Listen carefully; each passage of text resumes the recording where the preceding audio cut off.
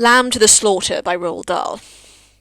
The room was warm and clean, the curtains drawn, the 2 table lamps alight, hers and the one by the empty chair opposite. On the sideboard behind her, 2 tall glasses, soda water, whiskey. Fresh ice cubes in the thermos bucket. Mary Maloney was waiting for her husband to come home from work. Now and then she would glance up at the clock, but without anxiety, merely to please herself with the thought that each minute gone by made it nearer to the time he would come. There was a slow, smiling air about her, and about everything she did. The drop of the head as she bent over her sewing was curiously tranquil. Her skin, for this was her 6th month with child, had acquired a wonderful translucent quality. The mouth was soft, and the eyes, with their new, placid look, seemed larger, darker than before. When the clock said 10 minutes to 5, she began to listen, and a few moments later, punctually as always, she heard the tyres on the gravel outside, and the car door slamming, the footsteps passing the window, the key turned in the lock. She laid aside her sewing, stood up, and went forward to kiss him as he came in. "Hello, darling," she said. "Hello," he answered. She took his coat and hung it in the closet. Then she walked over and made the drinks, a strongish one for him, a weak one for herself. This was in like the 50s, 60s, so please don't be angry at this woman for drinking while pregnant. And soon she was back again in the chair with the sewing, and he in the other, opposite, holding the tall glass with both his hands, rocking it so the ice cubes tinkled against the side.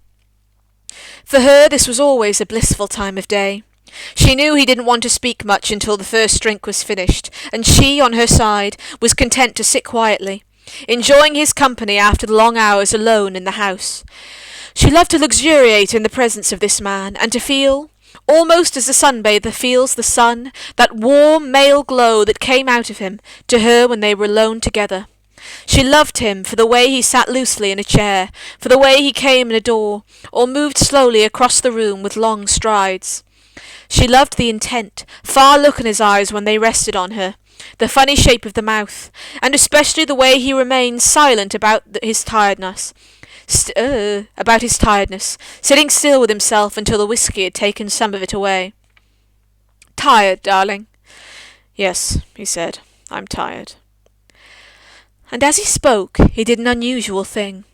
He lifted his glass and drained it in one swallow, although there was still at least half of it left. She wasn't really watching, but she knew what he had done because she heard the ice cubes falling back against the bottom of the empty glass when he lowered his arm.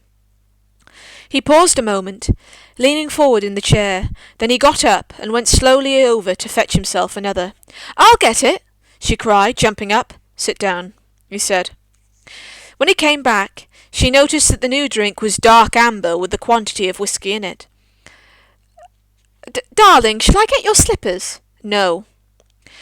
She watched him as he began to sip the dark yellow drink, and she could see little oily swirls in the liquid because it was so strong.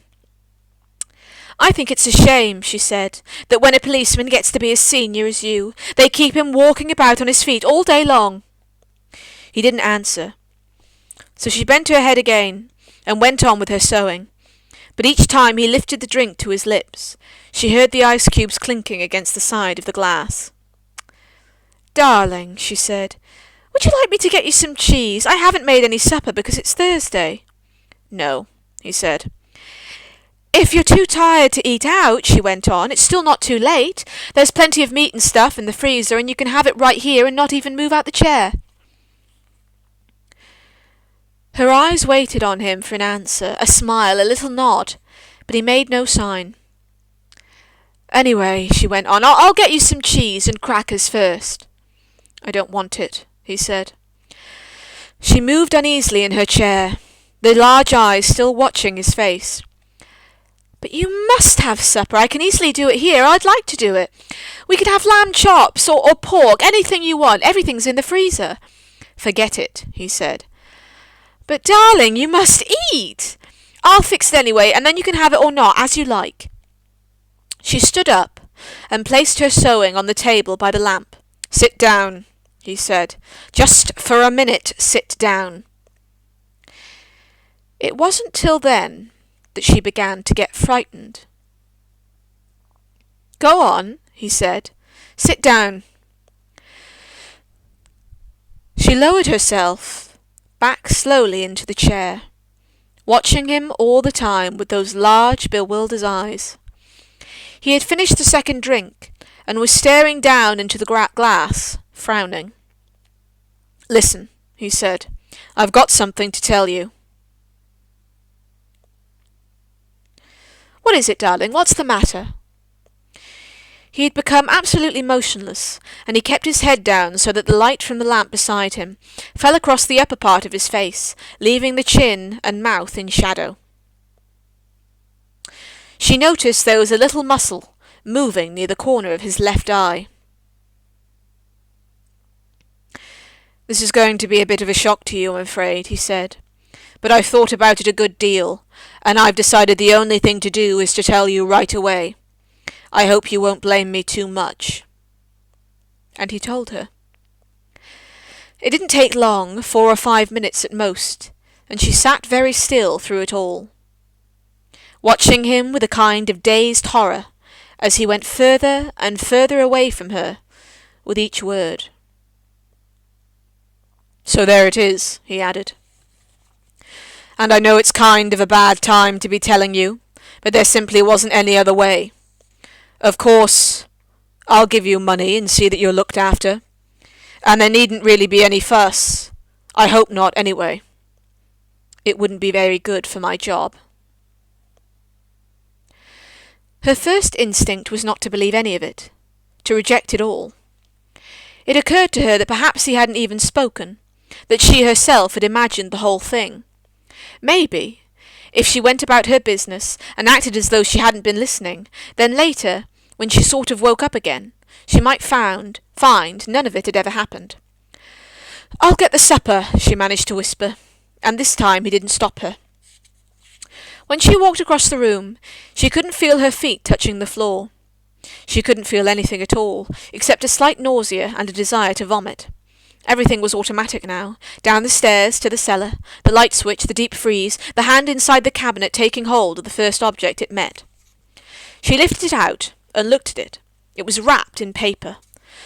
So she took off the paper and looked at it again. A leg of lamb. All right then, they would have lamb for supper.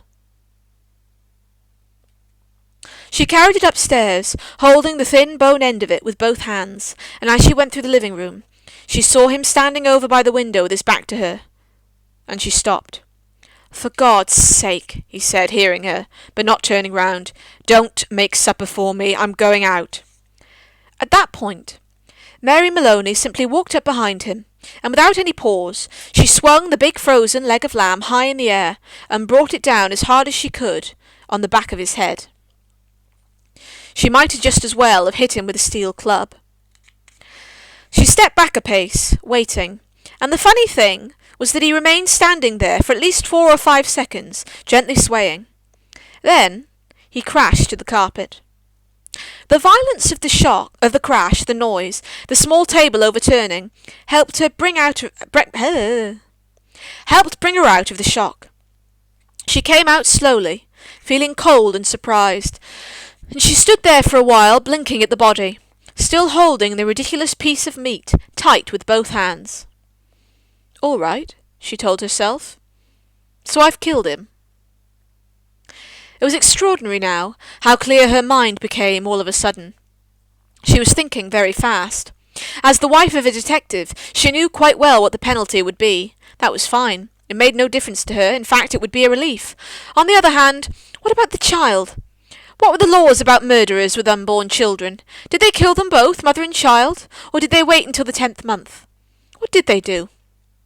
Mary Maloney didn't know, and she certainly wasn't prepared to take a chance. She carried the meat into the kitchen, placed it in a pan, turned the oven on high, and shoved it inside. Then she washed her hands and ran upstairs to the bedroom. She sat down before the mirror, tidied her face, touched up her lips and face. She tried a smile. It came out rather peculiar. She tried again. "Hello, Sam," she said peculiarly. Brightly, aloud. The voice sounded too peculiar. "I want some potatoes, please, Sam. Yes, and I think a can of peas." That was better. Both the smile and the voice were coming out better now. She rehearsed it several times more. Then she ran downstairs, took her coat, went out the back door, down the garden, into the street. It wasn't 6 o'clock yet, and the lights were still on in the grocery shop. "Hello, Sam," she said brightly, smiling at the man behind the counter. "Why, good evening, Mrs. Maloney. How are you?" "I want some potatoes, please, Sam. Yes, and, I think a can of peas." The man turned and reached up behind him on the shelf for the peas. "Patrick's decided he's tired and doesn't want to eat out tonight," she told him. "We usually go out Thursdays, you know, but now he's caught me without any vegetables in the house." "Then how about the meat, Mrs. Maloney?" "Oh, no, I've got meat, thanks. I've got a nice leg of lamb from the freezer." "Oh." "I don't much like cooking it frozen, Sam, but I'm taking a chance on it this time. Do you think it'll be all right?" "Personally," the grocer said, "I don't believe it makes any difference. You want these Idaho potatoes?" "Oh, yes, that'll be fine. 2 of those." "Anything else?"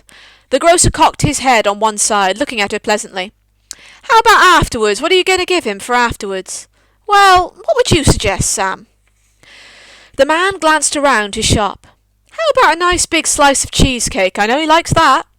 "Perfect," she said. "He loves it." And then, when it was all wrapped and she had paid, she put on her brightest smile and said, "Thank you, Sam. Good night." "Good night, Mrs. Maloney, and thank you." And now, she told herself as she hurried back, all she was doing now, she was returning home to her husband, and he was waiting for his supper, and she must cook it good and make it as tasty as possible, because the poor man was tired, and if, when she entered the house, she happened to find anything unusual, or tragic, or terrible, then naturally it would be a shock, and she'd become frantic with grief and horror. Mind you, she wasn't expecting to find anything. She was just going home with the vegetables. Mrs. Patrick Maloney going home with the vegetables on Thursday evening to cook supper for her husband. That's the way, she told herself. Do everything right and natural. Keep absolutely natural, and there'll be no need for any acting at all. Therefore, when she entered the kitchen by the back door, she was humming a little tune to herself and smiling. "Patrick," she called, "how are you, darling?" She put the parcel down on the table and went into the living room. And when she saw him lying there on the floor, with his leg doubled up, and one arm twisted back underneath his body, it really was rather a shock. All the old love and longing for him welling up inside her, she ran over to him, knelt down beside him, and began to cry her heart out. It was easy. No acting was necessary. A few minutes later, she got up and went to the phone. Sorry. Went down the wrong way. A few minutes later, she got up and went to the phone. She knew the number of the police station, and when the man at the other end answered, she cried to him, "Quick! Come quick! Patrick's dead!" "Who's speaking?" "Mrs. Maloney, Mrs. Patrick Maloney." "You mean Patrick Maloney's dead?" "I think so," she sobbed. "He's lying on the floor, and I think he's dead." "Be right over," the man said.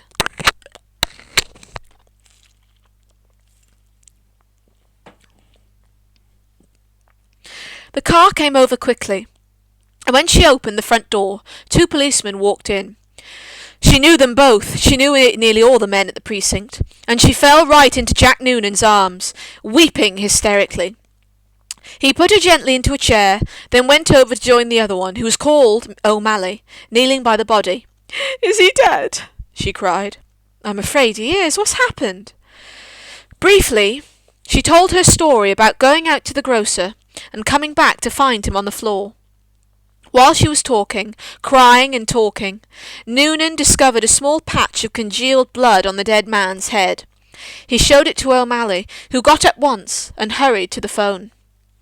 Soon, other men began to come into the house. First a doctor, then 2 detectives, one of whom she knew by name. Later, a police photographer arrived and took pictures, and a man who knew about fingerprints. There was a great deal of whispering and muttering beside the corpse, and the detectives kept asking her a lot of questions, but they always treated her very kindly. She told her story again, this time right from the beginning, when Patrick had come in and she was sewing, and he was tired, so tired he hadn't wanted to go out for supper. She told how she'd put the meat in the oven, it's there now, cooking, and how she'd slipped out to the grocer for vegetables, and come back to find him lying on the floor. Which grocer? One of the detectives asked. She told him, and he turned and whispered something to the other detective, who immediately went outside into the street. In 15 minutes he was back with a page of notes, and there was more whispering, and through her sobbing she heard a few of the whispered phrases, acted quite normal, very cheerful, wanted to give him a good supper, peas, cheesecake, impossible that she... After a while, the photographer and the doctor departed, and 2 other men came in and took the corpse away on a stretcher. Then the fingerprint policeman. They were exceptionally nice to her, and Jack Noonan asked if she wouldn't rather go somewhere else, to her sister's house perhaps, or to his own wife, who would take care of her and put her up for the night.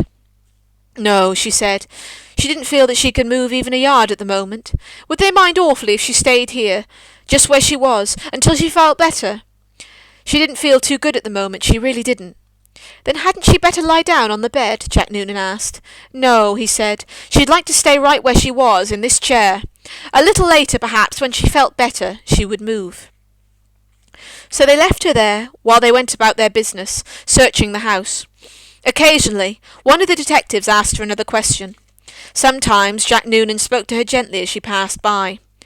Her husband, he told her, had been killed by a blow on the back of the head administered with a heavy, blunt instrument. Almost certainly a large piece of metal. They were looking for the weapon. The murderer may have taken it with him, but on the other hand, he may have thrown it away, or hidden it somewhere on the premises. It's the old story, he said. Get the weapon, and you've got the man. Later, one of the detectives came up and sat behind her. Did she know, he asked, of anything in the house that could have been used as the weapon? Would she mind having a look around to see if anything was missing? A very big spanner, for example, or a heavy metal vase? They didn't have any heavy metal vases, she said. Or a big spanner? She didn't think they had a big spanner, but there might be some things like that in the garage. The search went on. She knew that there were other policemen in the garden all around the house. She could hear their footsteps on the gravel outside, and sometimes she saw the flash of a torch through a chink in the curtains. It began to get late. Nearly 9, she noticed by the clock on the mantel. The 4 men searching the room seemed to be growing weary, a trifle exasperated. Jack, she said, the next time Sergeant Noonan went by, would you mind giving me a drink? Sure, I'll give you a drink. You mean this whisky? Yes, please, but just a small one. It might make me feel better. He handed her the glass. Why don't you have one yourself? She said. You must be awfully tired. Please do. You've been very good to me. Well, he answered, it's not strictly allowed, but I might take just a drop to keep me going. One by one, the others came in, and were persuaded to take a little nip of whisky. They stood around rather awkwardly with the drinks in their hands, uncomfortable in her presence, trying to say consoling things to her. Sergeant Noonan wandered into the kitchen, came out quickly and said, Look, Mrs. Maloney, you know that oven of yours is still on, and the meat's still inside. Oh, dear me, she cried, so it is. I'd better turn it off for you, hadn't I? Oh, will you do that, Jack? Thank you so much. When the sergeant returned the second time, she looked at him with her large, dark, tearful eyes. Jack Noonan, she said. Yes? Would you do me a small favour, you and the others? We can try, Mrs. Maloney. Well, she said, here you all are, and good friend of dear Patrick's too, and helping to catch the man who killed him. You must be terribly hungry by now, because it's long past your supper time, and I know Patrick would never forgive me, God bless his soul, if I allowed you to remain in this house without offering you decent hospitality. Why don't you eat up that lamb that's in the oven? It'll be cooked just right by now. Wouldn't dream of it, Sergeant Noonan said. Please, she begged, please eat it. Personally, I couldn't touch a thing. Certainly not what's been in the house when he was here. But it's all right for you. It'd be a favour to me if you'd eat it up. Then you can go on with your work again afterwards. There was a good deal of hesitating among the 4 policemen, but they were clearly hungry, and in the end they were persuaded to go into the kitchen and help themselves. The woman stayed where she was, listening to them through the open door, and she could hear them speaking amongst themselves, their voices thick and sloppy, because their mouths were full of meat. "Have some more, Charlie?" "No, better not finish it." "She wants us to finish it. She said to. Be doing her a favour." "OK, then, gimme some more." "That's the hell of a big club the guy must have used to hit poor Patrick," one of them was saying. "The doc says his skull was smashed all to pieces, just like from a sledgehammer." "That's why it ought to be easy to find." "Exactly what I say. Whoever done it, they're not going to be out carrying a thing like that around with them longer than they need." One of them belched. "Personally, I think it's right here on the premises." "Probably right under our very noses. What do you think, Jack?" And in the other room, Mary Maloney began to giggle.